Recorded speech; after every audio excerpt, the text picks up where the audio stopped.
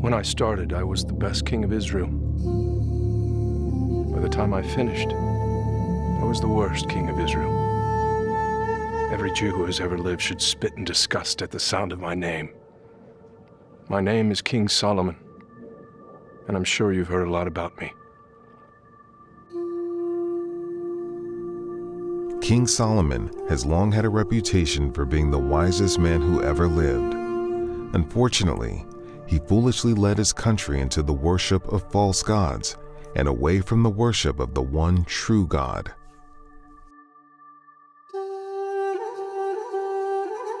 One of the most dangerous things any monarchy can do is make it unclear as to who will succeed its leaders upon their death. You're probably used to thinking that a king's firstborn son is always the successor. In my time, no such rule had been established, so the position was up for grabs as King David aged. And there were a lot of people interested in the final results. My father, King David, had at least 20 sons by his many wives and concubines. His firstborn son, Amnon, was murdered by his third son, Absalom. Absalom was killed during the rebellion against King David. There is little record of the second son, so it is presumed he died at a young age. That left the fourth son, Adonijah, in line by age. Although Adonijah tried to claim the throne, King David put an end to his efforts and named me as successor. I am the second son of David by his wife Bathsheba. Bathsheba's first son died as a young infant as God's punishment for David's committing adultery with her and for murdering her first husband Uriah. Although David had promised Bathsheba that I would succeed him, it is unclear whether that was God's preferred choice or my mother using her good looks and charm. However, I did succeed David when he crowned me as king shortly before he passed away, after ruling Israel for 40 years. There was the proverbial good news and bad news awaiting me as king. I had to deal harshly with 3 people. The pretender to the throne, my half-brother Adonijah, was given leniency by me, but broke the rules, and I executed him. The commander of David's army, Joab, conspired with Adonijah and had to be punished for his past crimes, so I had him put to death. Shimei, who had insulted my father while he was fleeing from Absalom, also chose to disregard the rules of his probation, and I had him put to death. Overall, the good news was that my father had thoroughly subjugated the enemies of Israel and all the surrounding countries. Our country was at peace, and tributes and treasures flowed into our country, so we were very, very wealthy. Another outstanding piece of good news was that my father had amassed a huge amount of treasure that would easily allow me to build a fabulous temple for God and an extravagant palace for myself. It took me 7 years to build the temple, but almost twice as long to build my palace. My kingship started out on a very good foundation. In a dream, God told me that I could have anything I wanted. I ask only for his wisdom in governing God's people.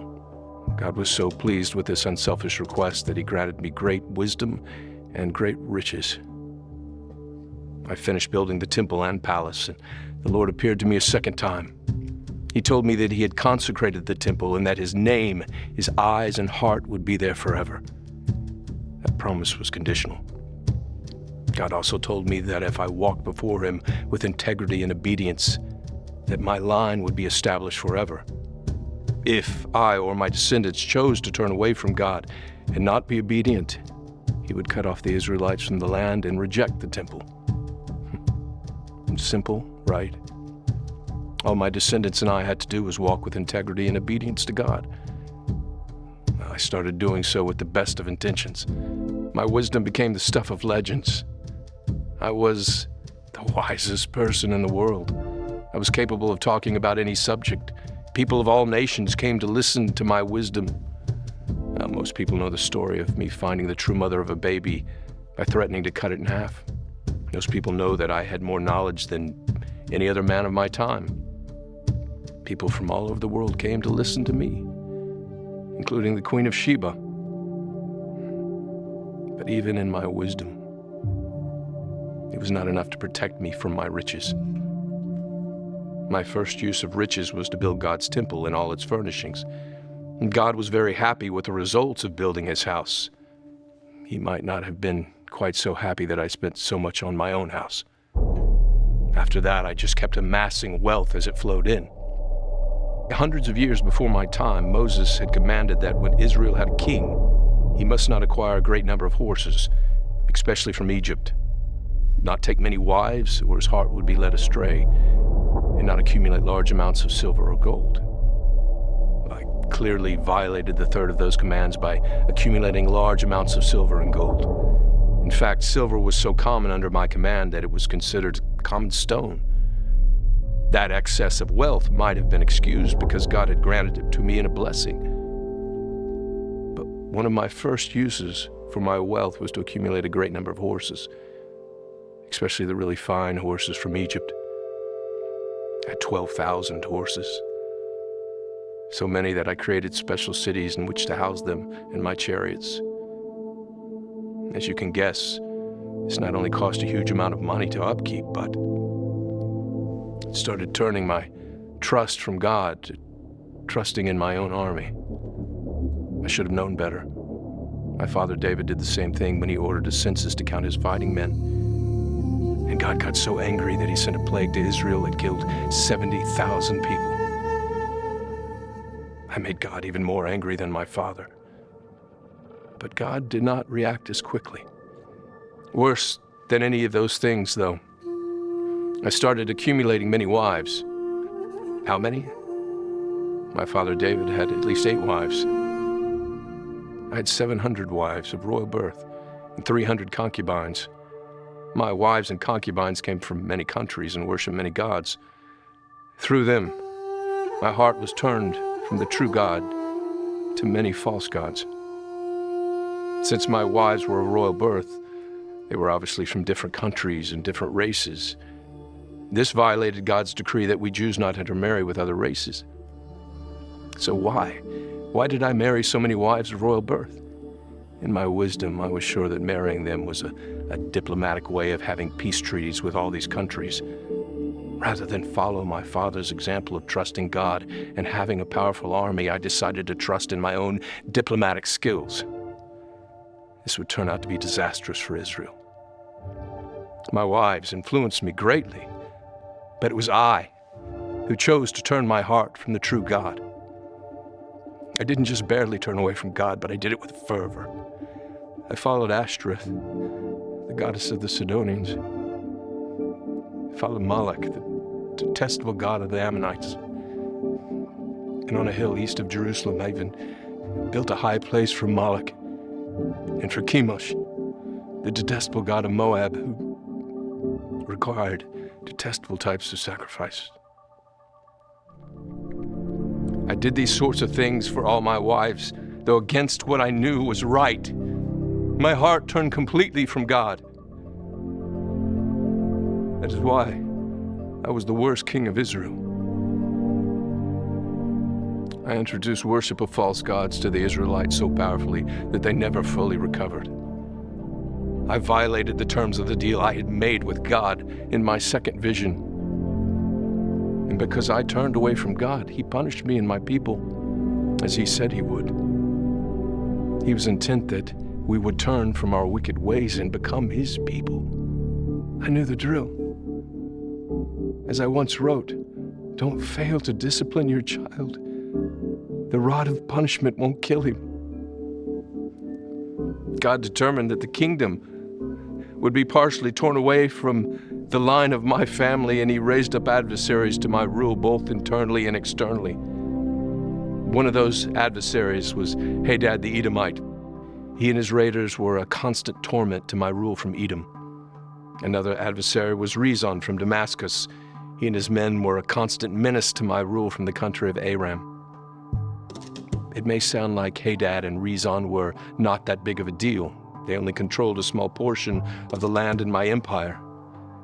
However, the portion that they controlled was over parts of the important trade routes known as the King's Highway, or the Via Maris.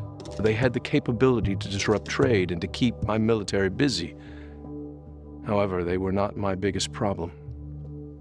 I had massive public works projects as I tried to fortify and grow my kingdom. In order to accomplish those projects, I made slaves of many foreigners and conscripted Israelites. And one of the young men who helped manage a project was Jeroboam. He was so diligent that I put him in charge of the whole labor force of the tribes of Ephraim and Manasseh. One day, as Jeroboam was leaving Jerusalem, he was met by Ahijah, the prophet of Shiloh. Shiloh had lost its importance because it no longer housed the Ark of the Covenant, but it continued to be the home of prophets and priests.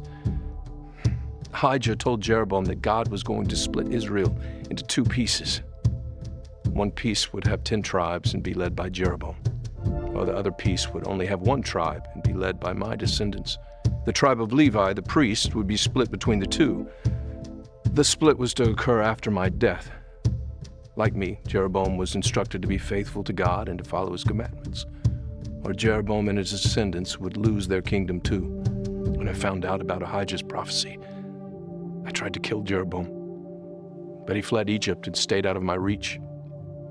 However, he was a constant reminder that my days were numbered and that God was going to punish me and my descendants for my unfaithfulness.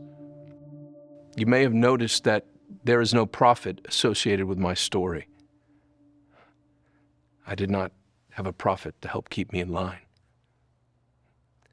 I thought I was so wise I would guide myself. The integrity of the upright guides them, but the unfaithful are destroyed by their own perversity. I did not listen to my own proverb. Many people consider my rule to be the golden age of Israel. We dominated the countries around us. There were no major empires that threatened us, and we were at peace. We had a new, fabulous temple that was finer than anything any other country had created for their gods. My palace was extravagant beyond belief. Our country was in an economic boom, and we had massive public works projects that would make life much better for the Israelites. The whole world envied Israel and me. But we were a house built upon sand. The high costs of my excessive lifestyle led to higher and higher taxes, and to me forcing people into virtual slavery. Some of the enemies that my father had dominated were growing in strength. Many Israelites were led by me into idolatry and no longer worshiped God. When I became king, Israel was at its zenith. When I died, after 40 years of rule, the kingdom was falling off a precipice into destruction because of my many mistakes. King Solomon. That is why all Jews who ever lived should spit at the sound of my name.